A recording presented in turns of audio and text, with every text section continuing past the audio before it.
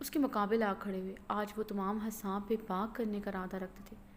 جو زخم برسوں پہلے وہ دے کر گئی تھی ان سے خون آج بھی رس رہا تھا۔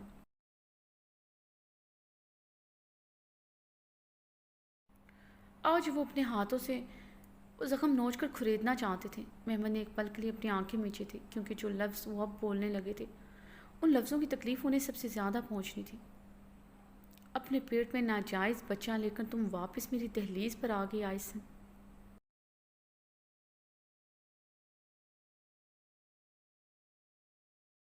میں نے اس وقت بھی خود کو تمہارے لیے پتھر بنا لیا تھا، مگر زمان شاہ آڑے آ گیا۔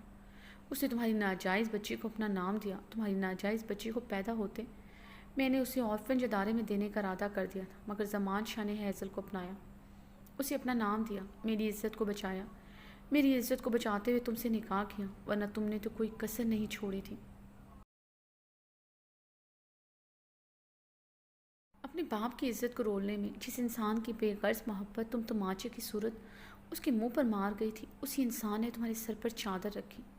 ساری عمر اس نے کبھی مجھے یا تمہیں ایک لفظ نہیں کہا۔ وہ ایک فرشتہ صفت انسان تھا۔ وہ بھول گیا تھا جو درد تم نے اسے دیا، مگر میں نہیں بھول سکتا آئسن جو تم نے کیا۔ محمد بولنے پہ آئے تو بولتے چلے گئے۔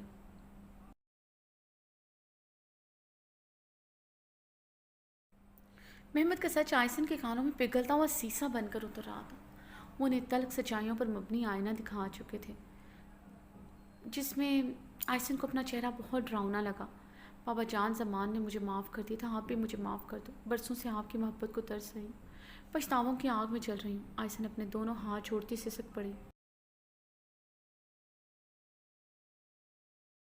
میں تمہیں کبھی معاف نہیں کر سکتا آئسن۔ اگر حیا نہ ہوتی تو میں کب سے تم سے اپنا رشتہ توڑ دیتا، تمہاری شکل کبھی نہ دیکھتا۔ آج یہاں پر ہوں تو صرف اپنی نواسی کی وجہ سے، اپنے بیٹے زمان شاہ کی نشانی کی وجہ سے۔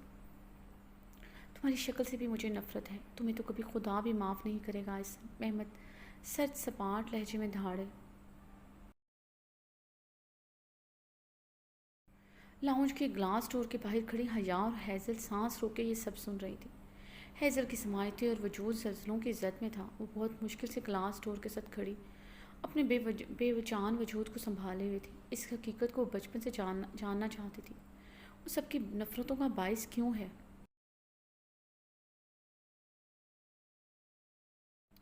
مگر حقیقت اتنی تلخ ہوگی اس کے وہم و گمان میں بھی نہ تھا۔ اگر اسے معلوم ہوتا سچ اتنا کڑوا اتنا تلخ ہوگا، وہ کبھی اس حقیقت کو جاننے کی کوشش نہ کرتی۔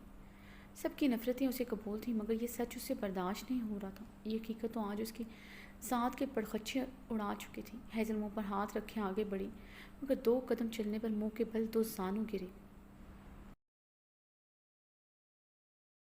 حیا پتھرائے وجود کے ساتھ ہیزل کو دیکھ رہی تھی۔ یہ حقیقت شاید وہ بھی قبول نہیں کر پا رہی تھی، اس لیے وہ بے جان سے کھڑی ہیزل کو خالی خالی نظروں سے دیکھ رہی تھی۔ ہیزل سسکتے ہوئے زمین کے ساتھ لپٹے رو پڑی، مگر آج اس کے سسکتے وجود کو سنبھالا دینے والا کوئی نہیں تھا۔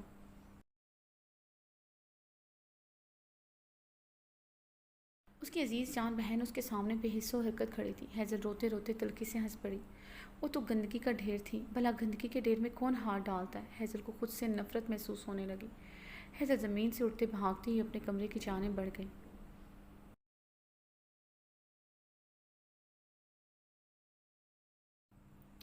حیا دھاڑ سے لاؤنج کا دروازہ گلاس ڈور کھول کر اندر داخل ہوئی۔ محمد چونکتے ہوئے اپنے آنسو صاف کرتے اپنا رخ موڑ گئے۔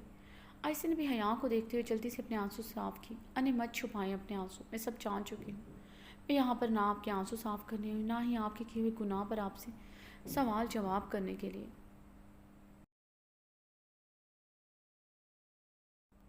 کیونکہ میں آپ سے سوال جواب کرنے کا کوئی حق نہیں رکھتی۔ وہ آپ کا عمل تھا، وہ آپ کا کیا دھرا تھا، مگر ایک بات کا مجھے جواب چاہیے۔ آپ کے گناہ میں ہیزل کا کوئی عمل دخل نہ تھا، بلکہ آپ کے گناہ کی وجہ سے وہ اس دنیا میں آئی۔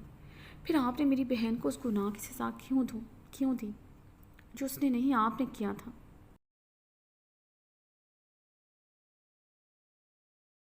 حیا نے آئسن کے مقابل آتے ہوئے ان کی آنکھوں میں آنکھیں ڈال کر چیختے سوال کیے، حیا ہوش میں تو ہو؟ یہ کس لہجے میں مجھ سے بات کری ہو؟ آئسن نظریں چھڑاتے ہوئے لڑکھڑاتی آواز میں بولی۔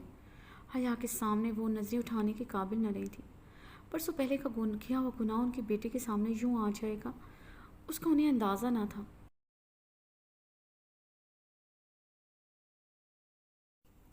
اگر حیضل ان کی زندگی میں نہ ہوتی تو وہ کب سے اپنا گناہ بھول جاتی، مگر حیضل کا وجود پل پل انہیں اپنا گناہ یاد کرواتا تھا۔ وہ کالی سیاہ رات بھولنے ہی نہ دیتا تھا جب وہ پیار کے نام پر اپنا سب کچھ چھوڑ کر اس انسان کے پاس چلی آئیں جس نے ان کا غرور، ان کی عزت، سب کچھ چھین لیا۔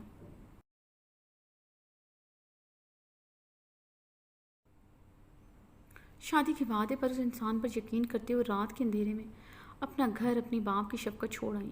وہ اپنی رات رنگین کر کے ان کے پیٹ پہ اپنی نشانی چھوڑ کر رات کے اندھیرے میں چلا گیا تھا۔ ان کے منہ پر سیاہی تھوپ کر وہ ہمیشہ کے لیے کہیں گم ہو گیا۔ برسوں سے وہ ہر رات سجدے میں گزارتی آئی تھی۔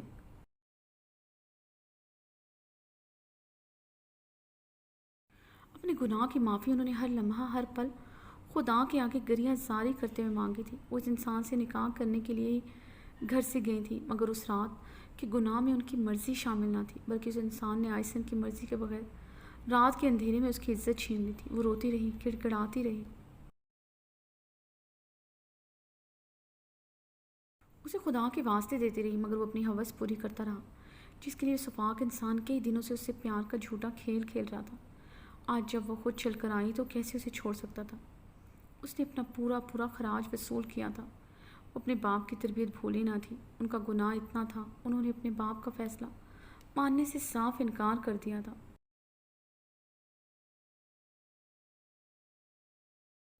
اپنے باپ کی محبت کو ٹھکرا کر نامحرم کی محبت کو اپنا لیا تھا۔ نامحرم کی محبت نے انہیں ذلت کی تاہ گہرائیوں میں دھکیل دی۔ وہ اپنے باپ کے پاس واپس جا نہیں سکتی تھی، کس منہ سے جاتی؟ وہ منہ دکھانے کے قابل نہیں رہی تھی۔ انہوں نے اپنی ایک دوست کے پاس رہنا شروع کر دیا اور ایک جاب شروع کر دی۔ جب انہیں اپنے وجود میں دوڑتی نئی زندگی کی رمق کا احساس ہوا، انہوں نے پہلی فرصت میں سے ختم کرنے کا سوچا، مگر تب تک بہت دیر ہو چکی تھی۔ انہوں نے اپنی جان پر کھیل کر اس ناپاک انسان کی اولاد کو اس دنیا میں آنے سے روکا تھا،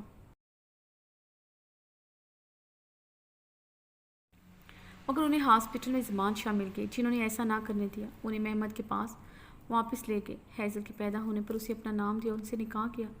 نہ صرف نکاح کیا بلکہ بہت عزت، بہت مان دیا۔ حیضل کو اپنی اولاد کی طرح محبت تھی۔ انہوں نے پاکستان آ کر واہبہ اور باقی سب سے سچائی چھپائی۔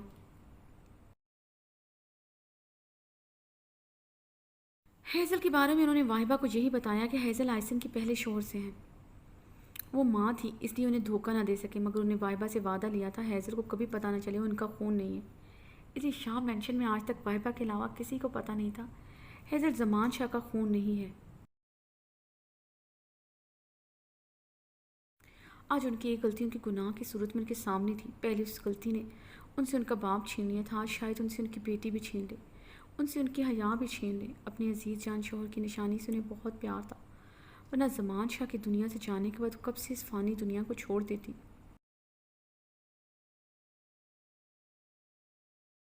کیونکہ زمان شاہ میں ان کی سانسیں بجتی تھیں جنہوں نے اسے ہتھیلی کی چھالے کی طرح رکھا، کبھی ان کے ماضی کے بارے میں بات نہ کی، بلکہ ان سے اتنی محبت کی خود کبھی کبھی بھول جاتی تھی ان سے کوئی غلطی، کوئی گناہ بھی سرزد ہوا ہے۔ حیا ہی تو ان کا سب کچھ تھی۔ آج اس کی آنکھوں میں اپنے لیے نفرت دیکھ کر ان کا زندہ زمین میں سمانے کو کر رہا تھا۔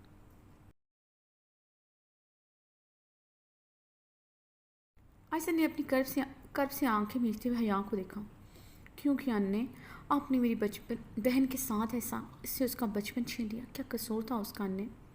بتائیں آپ نے کیوں سزا دی حیضل کو؟ آپ کو کبھی ترس نہیں آیا اس پر، اس معصوم سے نفرت کرنے پر؟ حیا بھیگے لہجے میں چلائی۔ نانا جان جو بھی کیا تھا وہ انّے نے کیا تھا، اس میں حیضل کا کیا قصور تھا جو آپ نے اس کے ساتھ ایسا سلوک روا رکھا؟ اگر خدا انّے کو کبھی معاف نہیں کرے گا، ایک بات آپ دونوں یاد رکھیے گا، میری بہن کے دل دکھانے کا گناہ آپ دونوں سے سرزد ہوئے، خدا کبھی آپ دونوں کو بھی معاف نہیں کرے گا۔ آپ دونوں ہوتے کون تھے میری بہن کو سزا دینے والے؟ کیوں نانا جان؟ کیوں حیضل کے ساتھ ایسا سلوک کیا؟ جو رشتہ آپ کا مجھ سے ہے وہی حیضل سے بھی ہے، وہ تو معصوم تھی، اس سب سے بے خبر۔ کاش نانا جان آپ حیضل کے پیدا ہونے پر اس کا گلا گھونٹ کر مار دیتے۔ محمد اور آئسن حیا کے سوالوں پر نظریں چرائے کھڑے تھے۔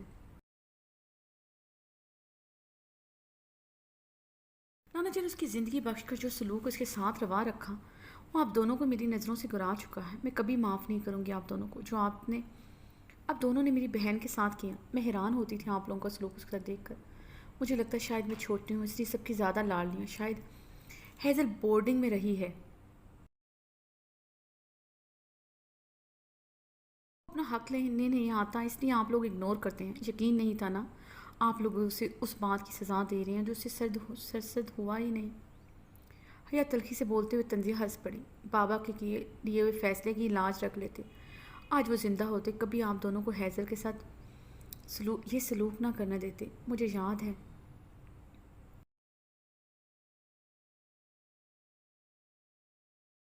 وہ مجھ سے اور ہیزل سے ہمیشہ ایک جیسی محبت کرتے تھے. نانا جان آپ میرا غرور تھے مگر آپ نے میرا غرور توڑ دیا. اور انے آپ کو میں کیا کہوں.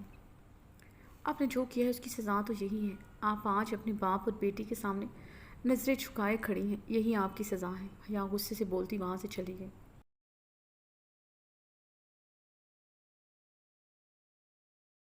حیا ہیزل کے کمرے میں داخل ہوئی تو ہیزل راکنگ چیئر پر جھولتے اپنی آنکھیں موندے ہوئی تھی. چہرے پر مٹے مٹے آنسوؤں کے نشان تھے. ہیزل کا پورا وجود بری طرح لرز رہا تھا. حیا کے اندر داخل ہونے پر ہیزل نے آنکھیں کھول کر حیا کو دیکھا اور چیئر سے اٹھتے دور جا کھڑی ہوئی. رک جاؤ حیا میرے پاس مت آنا. میں ایک ناپاک وجود ہوں. تمہیں مجھ سے نفرت کرنی چاہیے جیسے سب مجھ سے کرتے ہیں. حیا ہیزل کی بات پر تڑپتے ہوئے اس کی طرف بڑھی تو ہیزل نے ہاتھ کے اشارے سے اسے خود کے پاس آنے سے روکا تھا. ہیزل مت بولو ایسے. تم میرے لیے صرف میری بہن ہو. کس نے کہا کہ تم ناپاک وجود ہو جو ایسے سوچتے ہیں.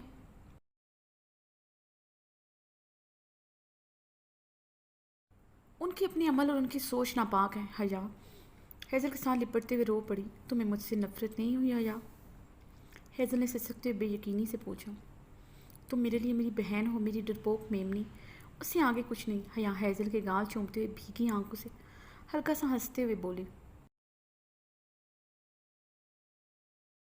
ہیزل بھی حیا کی بات پر ہلکا سا ہنسی تھی. درد بھری ہنسی. ہیزل کی ہنسی میں درد محسوس کرتے حیا نے تڑپتے اپنے دل پر ہاتھ رکھا تھا. میں تو ساری عمر یہی سمجھتی رہی میری رگوں میں شاہ خاندان کا خون ہے. میرے اندر زمان شاہ کا خون ہے. کاش یہ سچ مجھے پتہ نہ چلتا. حیا ہیزل پھر سے رو دی تھی. ہیزل بند کرو رونا. تم میری بہن ہو. اس سے آگے کوئی بات معنی نہیں رکھتی ہے. حیا کیا ہوں میں. کس کا خون رگوں میں دوڑ رہا ہے مجھے کچھ نہیں پتا. میں ایک ناجائز پیداوار ہوں. حیا ناجائز کا مطلب جانتی ہو. جس کا کوئی وجود نہ ہو. جو گندگی کا ڈھیر ہو.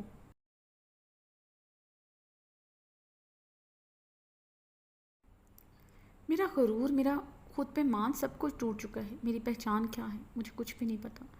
میری رگوں میں کس کا خون ہے مجھے خود نہیں پتا. میں وہ ناجائز اولاد ہوں جسے اس کی ماں پیدا نہ کرنی چاہتی تھی. جسے اس کا نانا اپنانا نہیں چاہتا تھا. پھر کیوں کیا پیدا مجھے. ہیزل حیا سے دور ہوتی شدت غم سے چیخی تھی. کیا ہوتا حیا.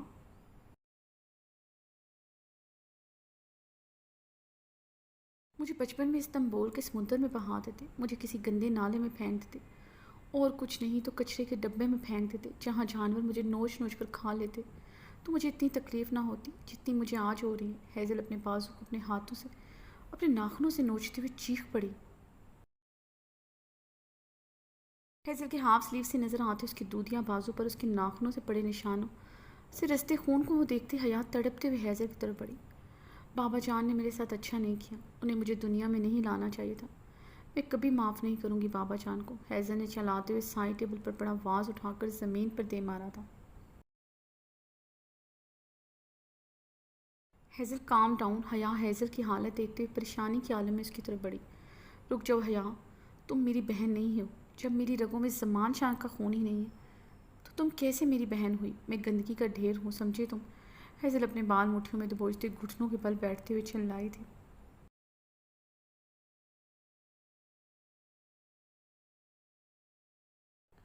حیا نے ہیزل کی طرف بڑھتے اسے اپنی باہوں میں سمیٹا.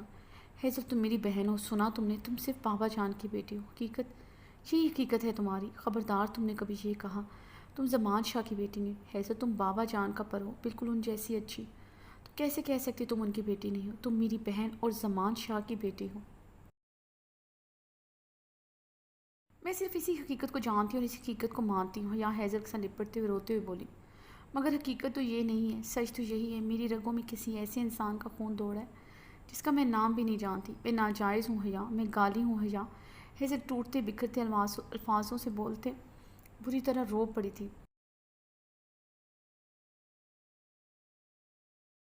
حیا ہیزل کو سنبھالتے سنبھالتے خود بھی ٹوٹ کر بکھر رہی تھی۔ تم صرف میری ہیزل ہو، میری بہن، حیا نے ایک بار پھر سے وہی الفاظ دہراتے ہوئے ہیزل کے بہتے آنسوں کو اپنے ہاتھوں سے صاف کیا۔ تم تو کبھی مجھ سے نفرت نہیں کرو گی نا حیا؟ ہیزل نے بہتے آنسوؤں کے ساتھ سوال کیا۔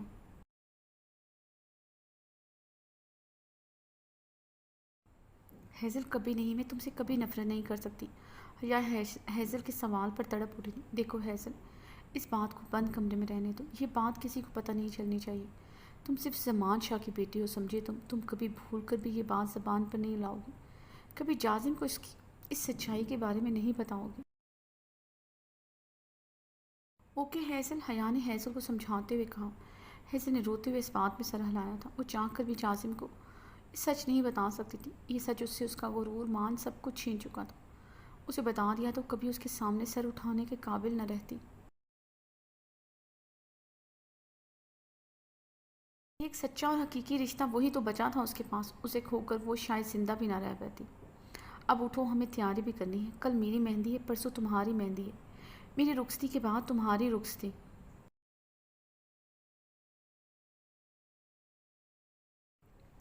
اگر ایسے روتے رہو گی تو مجھ سے زیادہ روپ آ جائے، تو مجھ پہ زیادہ روپ آئے گا، خواہ جیلس ہو جاؤ گی مجھ سے۔ حیا شرارتی لہجے میں کہتے بھیگی پلکوں کے ساتھ ہنس پڑی تھی۔ میں کبھی تم سے جیلس نہیں ہوئی، مگر آج تم پر رشک آ رہا ہے۔ تم زمان شاہ جیسے عظیم انسان کی بیٹی ہو، کاش میں بھی ہوتی، ہیزل نے روتے ہوئے کہا۔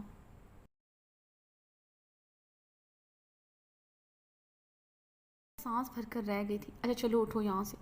حیا نے نرمی سے اس کا بازو پکڑ کر زمین سے اٹھایا، ہیزل کو بیڈ پر بٹھا کر سائڈ دراز سے میڈیکل باکس سے نیند کی گولی نکالتے اسے پانی کے ساتھ کھلائی۔ ہیزل نے خاموشی سے کھا لی تھی، آج اسے اس کی بہت ضروری تھی۔ اچھا اب تم اچھے سے نیند پوری کرو، کل صبح بات کریں گے۔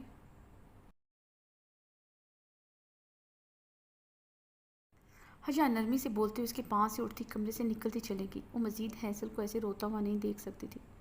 حیا کے جانے کے بعد وہ ایک دفعہ پھر سے تکیے پہ سر رکھے رو پڑی۔ حیا گرین کلر کی شرٹ کے ساتھ ڈارک گرین ہی کلر کے فل کامدار ہیوی لہنگے میں ملبوس تھی۔ سلکی سنہری بال کمر پر بکھرے تھے، بنا کسی میک اپ کے وہ گرین کلر کے ڈیزائنر ڈریس میں دمک رہی تھی۔ بیڈ پر اس کا دوپٹہ اور جیولری پڑی تھی، دوپٹہ سیٹ کرنا اور جیولری پہننا رہ گیا تھا۔ آئینے میں ایک نظر خود کو دیکھتے ہوئے اپنے سامنے رکھی کانچ کی نازک گرین چوڑیاں اپنی کلائی میں پہننے لگی۔ دروازہ کھلنے کی آہٹ پر حیا نے ایک نظر کمرے میں داخل ہوتی ہستی پر ڈالی تھی، پھر رخ پلٹتے اس وجود کو مکمل اگنور کرتے ہوئے اپنی کلائی میں چوڑیاں پہننے لگی۔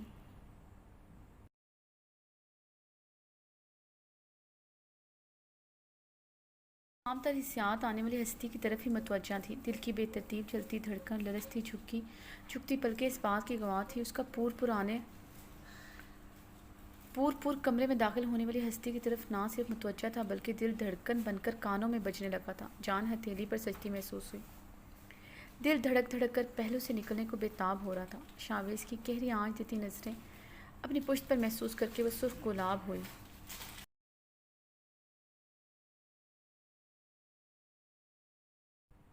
شاویز آئینے سے نظر آتے اس کے سراپے اور اس کے گالوں کی سرخی کو دیکھتے گہرا مسکرایا۔ حیا نے لب دانتوں تلے دبائے، پلٹ کر وہاں سے جانا چاہا تو شاویز نے مسکراتے ہوئے اسے اپنے حصار میں لیتے اس کے کندھے پر اپنے لب رکھے تھے۔ حیا نے شاویز کے حصار میں مچلتے ہوئے اپنے پیٹ پہ لپٹتے ہوئے اس کے بازو ہٹائے تو شاویز نے اپنا حصار اور مضبوط کیا۔ شاویز چھوڑے مجھے، حیا نے غصے سے اس کے بازو اپنے پیٹ سے ہٹانے کی کوشش کی۔ شاویز نے اسے اپنے حصار سے آزاد کرتے اسے دیوار کے ساتھ اس طرح لگایا کہ حیا کی پشت اس کی طرف تھی۔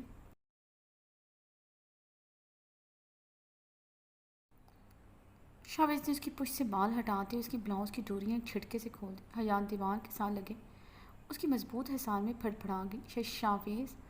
حیا نے شاویز کے ہاتھوں کو لمس اپنی کمر پر محسوس کرتے لرزتے ہوئے گھٹی آواز میں اسے پکارا۔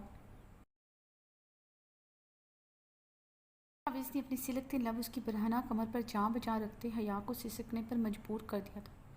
اس کی دونوں کلائیاں دیوار کے ساتھ جکڑی، وہ دیوانگی کے عالم میں اس کی پشت پر اپنا لمس بکھیر رہا تھا۔